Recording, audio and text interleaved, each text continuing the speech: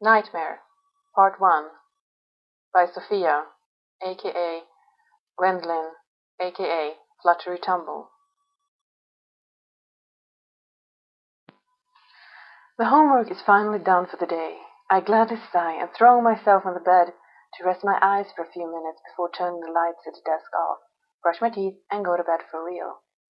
Even though it is only Tuesday, it feels like the past few days have been rough, and there has been several late nights where I can't help but feel my eyelids closing, and the unawareness of falling asleep drenches me completely. But no, what is this?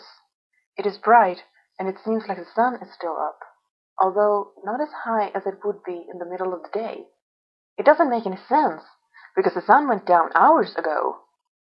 I can feel something. It is hard in my lungs. It's cold. Did I forget to close the window? Even if I did, it should not be this cold. The cold hurts my lungs. Why am I even running in this?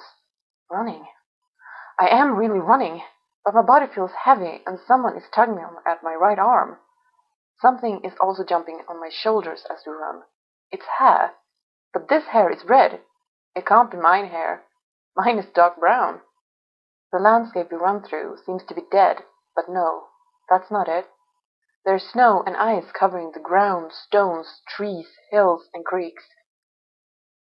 I turn my head, and as I'm being dragged along, I try to get my legs to run better so I won't fall over and hit on rocks. I start to hear voices. They sound like they are stressed for some reason, and they scream. Hurry, hurry, come on faster! They will catch us if they get too close! What is going on?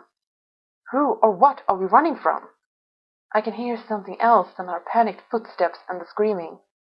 It is hard blows to a hard surface. I know the sound of horses' hoofs against hard ground as they run fast. But there is also shouting from men. Are they screaming for us to stop? Why aren't we stopping? I thought I heard something pass my ears, and when I see someone fall at my side and hear more screaming, I turn around and look at the fallen body. There's an arrow sticking out from the head. Someone is screaming beside me. It is a woman's voice. Suddenly a horse and its rider cuts the way in front of us, and the group stops. Some of us fall, but are quickly pulled up to the feet again. The other men at the horses surround us, and they point spears and bows at us. I can feel someone's arm around me, and the person's breath on the red hair that falls over my shoulders. One of the men jumps down from his horse. He is wearing a dark gray cloak over something that looks like an armor. It must be cold to wear an armor in this weather.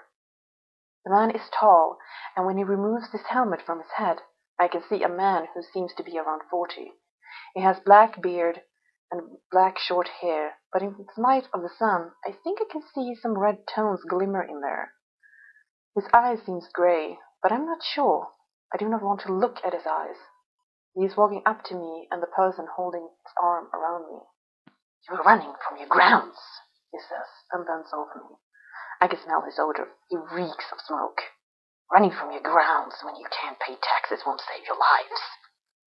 He pulls his sword out and points it at us. It is so shiny, and when he holds it, it seems to be so light. Where's the money for the taxes, old man? Have mercy, please, says a male voice from behind me, and I discreetly turn my head towards the voice. My family has always paid for taxes, but lately the Queen has raised them insanely. We have no more money. We have sold all we own. Please let my family go. My farm is of some value. Take that as payment for the taxes we owe.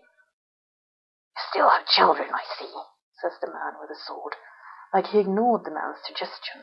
Young people sold for a hefty sum at the black markets. I will not sell my children, says the male voice, and somewhere deep inside I feel a warmth spreading, and I'm glad to know this man. But wait, I don't know him. I will fight to the very end before I see my own kids as slaves. The man in the armor swings his sword, and before I know it, a person next to me falls forward down in the snow beside me. I want to scream, but there is no sound coming from me. But I can feel the arms around my body suddenly loosen, and I see a woman's shape falling to her knees at the dead person's body. The man to whom the voice behind me belongs to steps out and up to the man with the bloody sword. You killed my son! You bastard! Stay back, old man. I can easily go through with the rest of your family until you are the only one left to pay for the taxes. Cough up the money. The man suddenly kneels in the snow and pulls on the man's cloak. He shakes his head, and I can hear him cry in desperation. I have no money. My family is broke. The man with the sword backs away from the crying man and gives a signal to his men. They must have been waiting for the signal, because they quickly get off the horses and each grabs someone from our group. The man who catches me presses me down to the ground when I struggle to get free. I can hear the other people in the group screaming and shouting, and the woman who was holding her dead son won't let go of the body. The man who is still pressing me to the ground finally pulls me up, and he is holding my hands in a firm grip from which I can't get free. When the woman beside me won't let go of her dead son, the man with the sword walks up to her. Surprised and scared, she looks up at him, and before she can ask for forgiveness, her chest is run through with this once so shining sword. A young woman beside me screams and tries to get free from the man holding her, but in vain. The old man is brought to his feet and held in the same grip that holds me. The man with the sword walks up to the screaming woman, and she suddenly looks smaller, because she crooks her back and head, and she stops shouting. The old man screams for the armored man not to kill his daughter, but the armored man looks back at him and then lifts his sword. He hits the woman in her neck, and she falls into the snow. I look at her. Unconscious, she can't defend herself. Two of the men lifts her up and throws her on the back of one of the horses. The rider sits up, turns his horse around, and starts to gallop back the same way they came from. I watch them and realize as I see her head and her hair. She's blonde.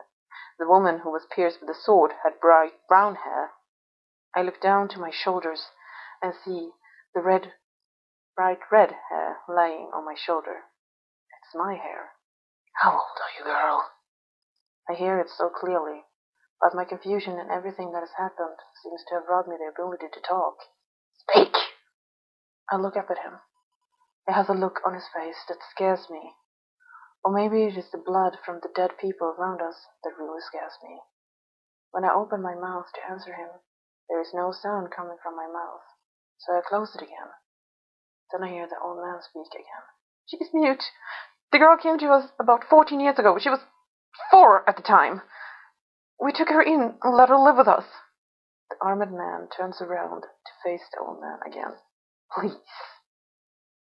She's like a daughter to me. She looks too young to be 18.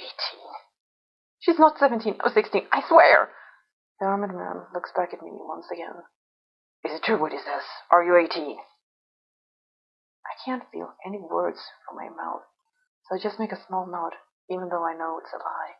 I am 16, but turning 17 in 2 weeks, but for some reason my age seems to be important. He walks up to me and raises his sword to my throat. He moves his face towards mine and whispers in my ear. I think your papa is too weak to follow us. Before I get a chance to react, he spins around and the sword is run through the old man's throat. Blood is flowing over his shoulders and down his arms, and he is only being held up by the man behind him. When the armored man once again turns to me, I notice that I am shivering from top to toe, and the only reason I still stand is because of the man who is holding me. The sword that is now pointed at me is all covered in blood, all the way down to the handle. I know that it is blood from the 2 men and the woman he has killed in such a short time. I try to back away from him, but I can't. I'm stuck, and I'm pretty sure this man will kill me. The armored man once again stands before me, and I can smell him again.